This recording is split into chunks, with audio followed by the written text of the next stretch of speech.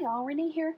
I thought I'd do something a little bit different today, and I will do a garden tour for you because I just put the rest of my garden in.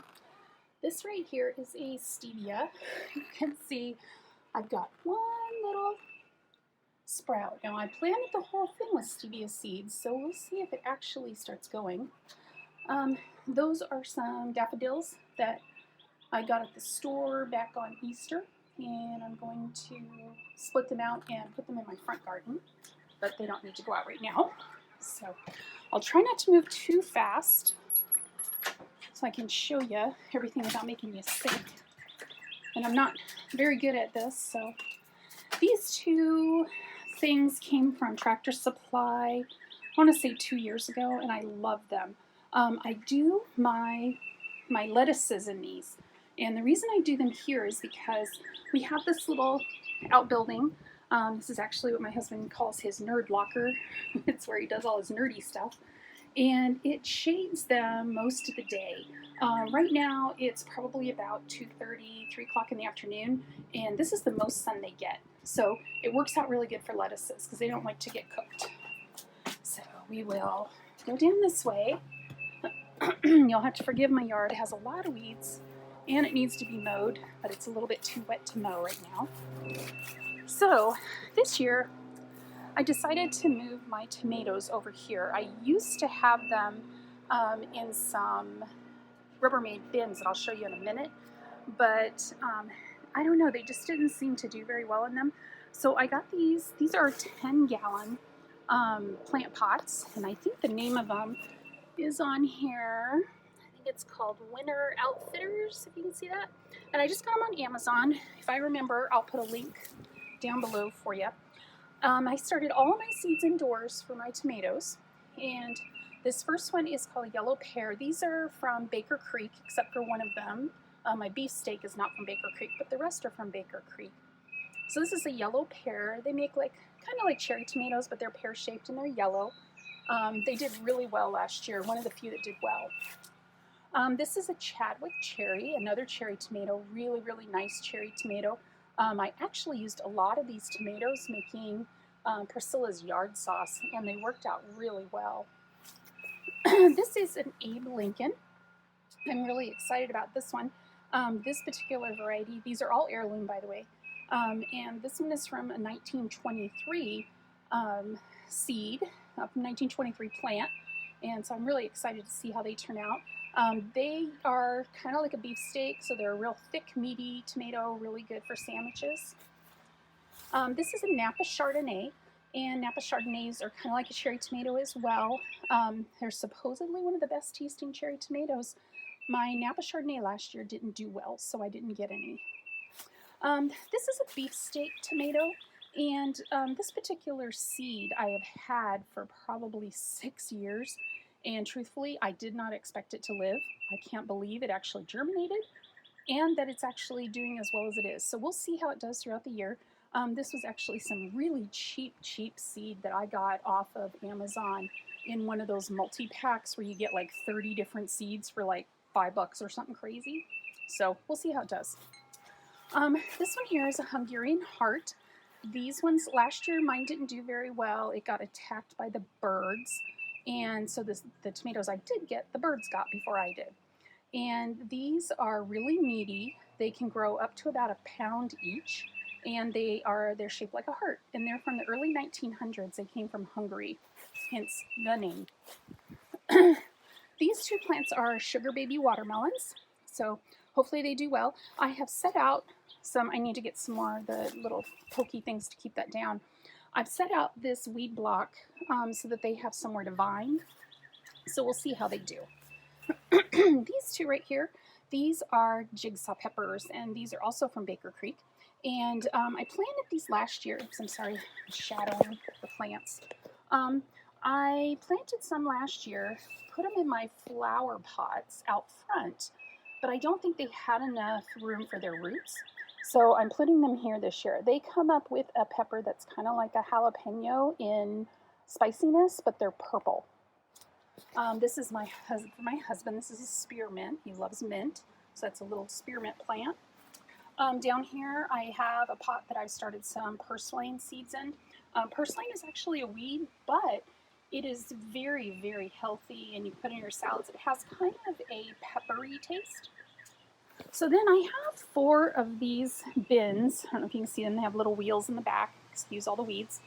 And I got them from Tractor Supply right 3 or 4 years ago, and they work really well. Now my yard, you can't tell in this video, I'm sure, is on a pretty good incline.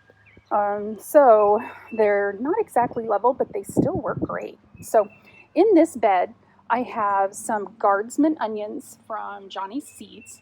I have some unagi cucumbers. I've never grown them before.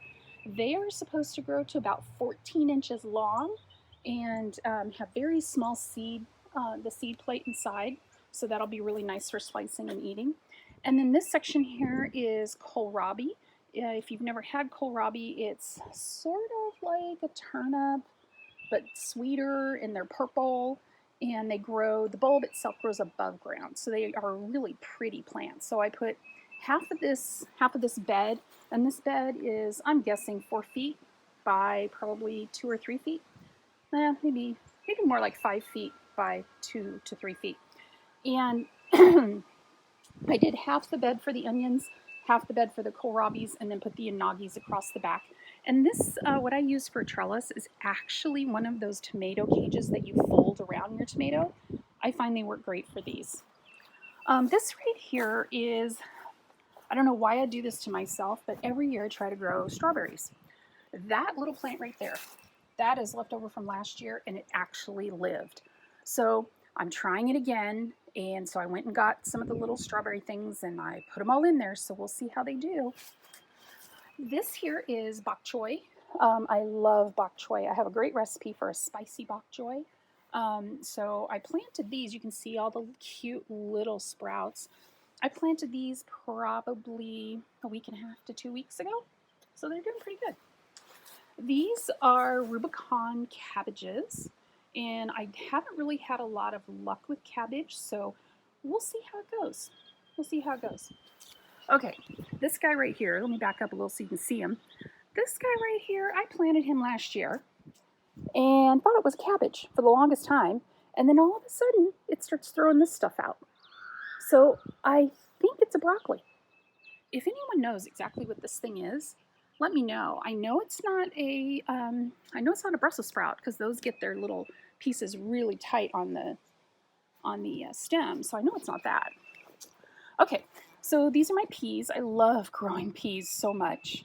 So what I've got here is, and I have another trellis that I might change out these. These are supposed to be used for tomatoes. I'll tell you what, folks, they don't work worth a crap. Don't waste your money on them. They don't really work. So I thought I'd try them with peas. I've started wrapping the peas around them. These are green arrow peas. So I planted these, oh gosh, probably a month or so ago, maybe a little longer. Peas like cool weather. So I'm hoping to get my harvest, at least one harvest in before the heat comes in. And then when the heat comes in, I will take all these peas out and put something else in its place that can handle warmer weather. I am in East Tennessee, so it does get a little bit warm in the summer. Then these peas are some of my favorites. I grew them for the first time last year. They're from Baker Creek Seeds, and they're called Tom Thumb peas. And they're bush peas. They stay pretty small, and they are the sweetest tasting little pea. You can eat them just in salads, eat them raw, you can cook them. They're good any way you cook them, or any way you don't. Okay, so this next one, see this monster? This thing is huge, seriously. It's probably as big as a beach ball. That is parsley, and it is from last year, and it never died over the winter. I actually continued to harvest it all winter, and we get snow here, we get cold. I don't know, it's just a crazy plant. Then these are all some spinach that I planted, and this particular bed is kind of short on its dirt. So once the spinach is done, I'm probably going to put some more dirt in here and put something else in here that can handle the heat. Then along another one of these tomato things, I have planted, they are called DAR cucumbers. Now I don't know what the DAR stands for, The reason I bought them in the first place is I'm a member of the Daughters of the American Revolution, and so I thought it was just really cute to have a DAR cucumber. I've grown them for a couple years now. These seeds are actually from Baker Creek, and they are such a good pickling cucumber. They keep their crispness, but you can also slice and eat them. So they're really multi-purpose. Okay, so let's go down. I've got some rabbit holes, so I got to be careful. Okay, so this is the last of my big rolling carts. Here you can see the wheels, so you can see it a little better here. This is the last of my big rolling carts, and this is my bean one. So in this bin, along the back row, I have another one of these little trellises. Along this back row, I have Dragon's Tongue, and those are from Johnny's Seeds. They are supposed to be a really unique, cool-looking, multicolored bean plant, but when you cook them, they turn green. But you can also eat them raw. And then in the rest of this bed, I have some Burgundy bush beans, and I just planted them every 2 inches per the instructions, and I did 2 rows. These bush beans will be purple, and when you cook them, again, they turn green, but you can eat them raw as well, and I thought they'd make a really cool look on a salad with purple beans. So we will see how these go. They say to replant successive plantings every 3 weeks or so you can have beans all summer long. So I'll put it in my calendar and I'll plant more every 3 weeks. We'll see how it goes. Okay, that empty one right there is waiting for my Anaheim, and there's actually another one right there. Those are both for Anaheim peppers. We can't put the Anaheims out until probably June because they can't take the cool at all, and we do get a little cool at night. So they are still in my laundry room growing in their little pots. These 2 here are from Baker Creek, and they're called Tam jalapenos, T-A-M, and they are a really nice, flavorful, but mild jalapeno. I do like using mild jalapenos and things because I can always heat it up with other spices to get it a little spicier. But sometimes you just like a jalapeno that has a nice flavor but doesn't burn your roof of your mouth off. Okay, so here I have, and let me get out of my own way.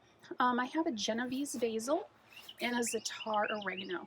They both smell amazing. Genovese basil is like the basil that you see in the store with the big leaves. So can't wait for those to grow. Then this bin right here, I planted seeds, and there are 3 different seeds in here. We've got cilantro on the left, cumin in the middle, and dill on the right. So I have never planted these 3 together, so we will see how it goes. This might be a complete fail. We'll find out. Okay, now in this one, I have another za'atar oregano. That's actually my very favorite oregano. It tastes wonderful fresh. It dries really well. It stores really well. I'm still using some from last year. And then the basil, this is called Mamolo Basil, and it's actually a very small, compact basil. I've never actually grown it before, so we will see how it tastes and if I like it better than the Genovese. I really like the Genovese because it gives you a whole bunch and you can harvest it all year. You can chop at it and it'll keep growing. Then right here, I've got some New England pie pumpkins. So I may have to put down, I'm pretty sure I'm going to have to put down some more of the weed blocks so that those pumpkins have somewhere to grow. And then this right here is going to be an experiment. This is a Ford Hook zucchini, and I planted a couple seeds. We'll see if they both germinate. If they do, I'll pick the best one because you only need 1 zucchini plant. But I'm going to try growing it in this cage. I read an article about growing your zucchini upwards instead of out, and it actually makes it healthier for the plant, and it makes you able to see all of your fruit that's coming out. Because I don't know about you, but there's been times that there was one I didn't see, and I swear overnight they become like 14 pounds. So there's that.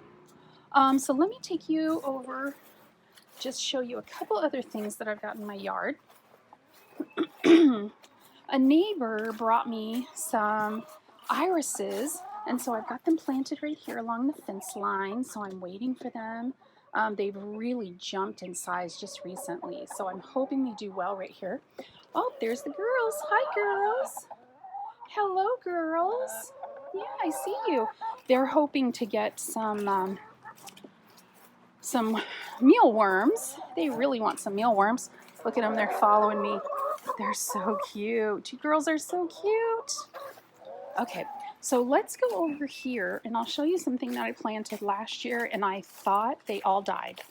But they're coming back. I'm so excited. These are elderberries, and I've got 2 different varieties.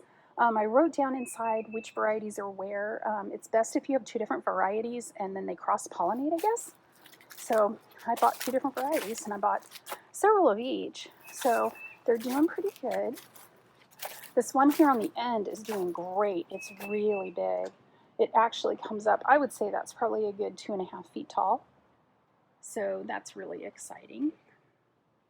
And our neighbor just took out their giant tree. So I'm thinking that these 3 that are smaller, they were really shaded by that tree. So I am thinking that since that tree is now gone, that they may get a lot more sun. So we'll see.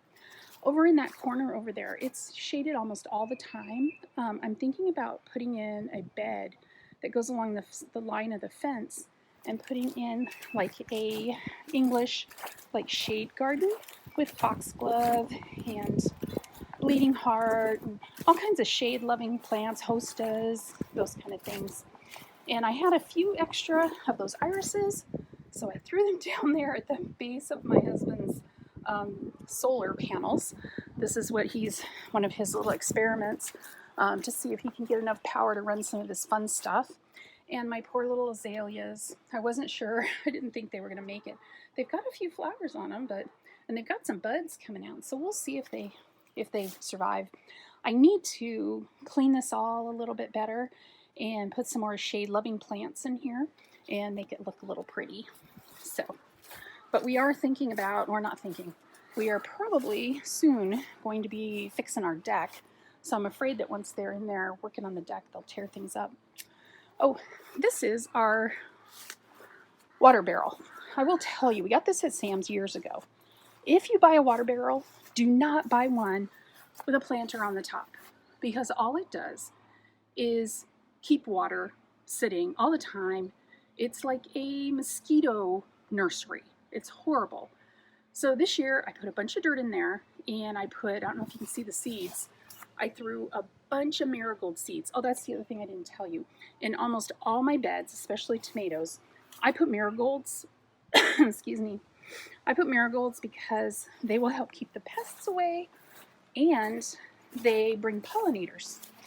So let's go this way and I'll show you my front gardens. Now, my front gardens need a little bit more work still. I'm still working on them. So have to forgive me. Let's see. So you can't tell, but this driveway is a very steep incline.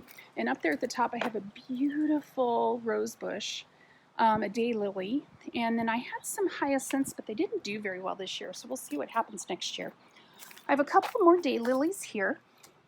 I have this box elder or something. I need to trim it back. And then this is something new I did this year. I brought these planters in here. I used to have that hanging planter out by the girls in the backyard, and then I thought, you know what, let's make this a little prettier. So I'll give you a little bit of a tour. Oh, all of these are the fruits of the spirit, and my son and I made these back when he was a little kid. And what's so funny is the one that broke is self-control, and that was the one he always joked that needed to be just for him. So I'll give you a little tour. These 2 little wine barrels, and I have 3 more on the other side, they came from Tractor Supply this year, so they may still have those. And then these ones are just cheapo little pots. I don't even know where I got them. I've had them for years. I thought I'd do a little, grouping of 5 and see how it goes. So these guys right here are Feverfew. We will see how they grow. I started all the plants you see right here. They were all started from seed. Now I've also planted some other just, various wildflowers, alyssums, coleus, some other things. This particular part of the garden doesn't get a whole bunch of sun. It gets partial sun, and the sun it does get is not the really hot sun. So hopefully these plants will really like it here. In this pot there are snapdragons in the back, and then Here in the front are some violas and a petunia. Then in these 3 containers right here, they're almost all exactly the same. The 2 on the edges have calendulas and nasturtiums. The one in the middle has calendula, nasturtium, and an alyssum. And I think that right there, might be an elderberry. I had planted 2 elderberries up here because I had 2 extras, and they immediately became nothing but dead sticks. So I'm not sure if that really is one. I'm going to wait and see what it does, and I may end up yanking it out and putting it somewhere else. Then this right here was actually my brooder when I first got my girls, and I learned very, very quickly that it was definitely not big enough. And so the girls, within just a few weeks, moved into a gigantic Rubbermaid bin. So don't waste your money on something cute and Pinterest worthy because they won't be in it long. But so this particular, I wanted an obelisk, but I couldn't find one I liked. So this particular trellis, I got 2 of them off Amazon. I think they were $50 for 2, and I really like them, so I will link them for you below. In the very back, I am trying to train them. You can see them right there. Those are sweet peas. They are planted in memory of my mother. She used to call my son Sweet Pea all the time. That's really the only name she ever used for him, was Sweet Pea. If you're going to grow sweet peas, I will warn you they are highly poisonous to pets and children. So do not plant them where pets or children are going to get around them. So we're in my front garden. Pets and children do not come out here. And then right directly in front of them are some additional snapdragons. Now on the sweet peas, they should grow up this entire trellis, I'm really hoping. And then here in front, I have 3 nasturtiums and 2 alyssums. The nasturtiums and alyssums in all of these pots, they will grow and they will spill over the sides and make a really pretty, just a really pretty look. Then I've got 3 more of these wine barrels, and then I've also got the hanging planters on a shepherd's hook. In those 2 hanging planters, I saw this really neat idea with morning glories. So I planted morning glory seeds in there. They have not sprouted. It's been about a week, week and a half. If they don't sprout, I'll probably go get something and put them in there. The other thing is if it doesn't get enough sun, because this little area right here doesn't get a lot of sun. If not, I will move that particular shepherd's hook probably over here and put it right here. So we shall see. And then in these pots, they have similar to the other ones. They have petunias, calendulas in the middle, and then nasturtiums and alyssums, and they're all 3 exactly the same. I've also planted in these some coleus, just various other, I can't remember, but if I can find what I planted in there, I'm sure I wrote it down somewhere. I'll send it across the bottom in a little ticker for you. Then these plants back here are rhododendrons, and they are absolutely beautiful. They look a little scraggly. They always look a little scraggly, but their flowers are amazing. And then that right there is a little volunteer iris. We'll see if it lives. The friends across the street that brought me all of the irises, they just laid them right there for me, and one of them decided to live, so I just left it alone.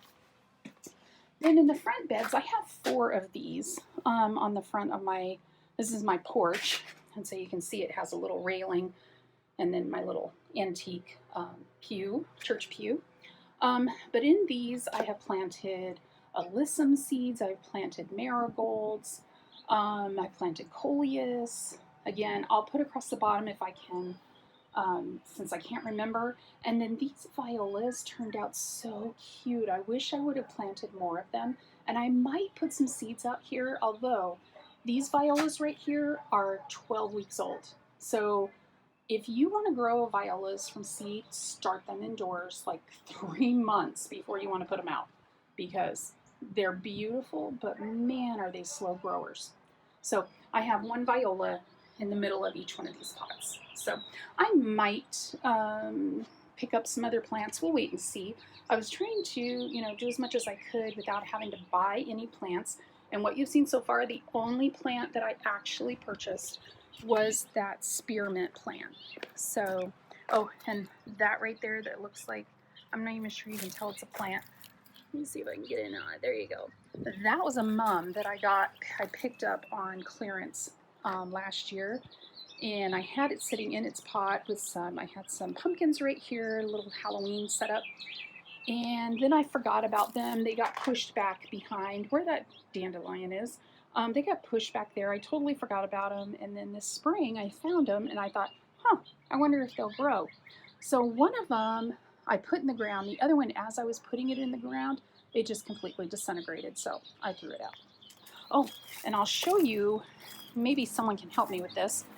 I have 2 of these bushes at the front of my house. If anyone can tell me what they are, I need to prune them, but I love them and I don't want to ruin them by pruning them at the wrong time of the year or pruning them incorrectly. So if anyone can tell me what these are so I know how to prune them. And then these are my hydrangeas. I chop these back every year and they come back better and better. So there's that. So that is it for my garden tour for 2021. If you have any questions about things I've planted or things I've learned, let me know. I will also update you as the year goes on how the plants are doing. I will most likely put more information on my Instagram. So if you'd like to follow my Instagram, it is linked down below. Feel free to follow me on Instagram. And I hope you're having a great day. And I hope you enjoy this kind of video. If you do, let me know down below if you want to see more videos kind of like this. Probably can only do a few a year since, planting is only a few times a year. But I hope you're all having a great day. Thanks so much for stopping by. Bye.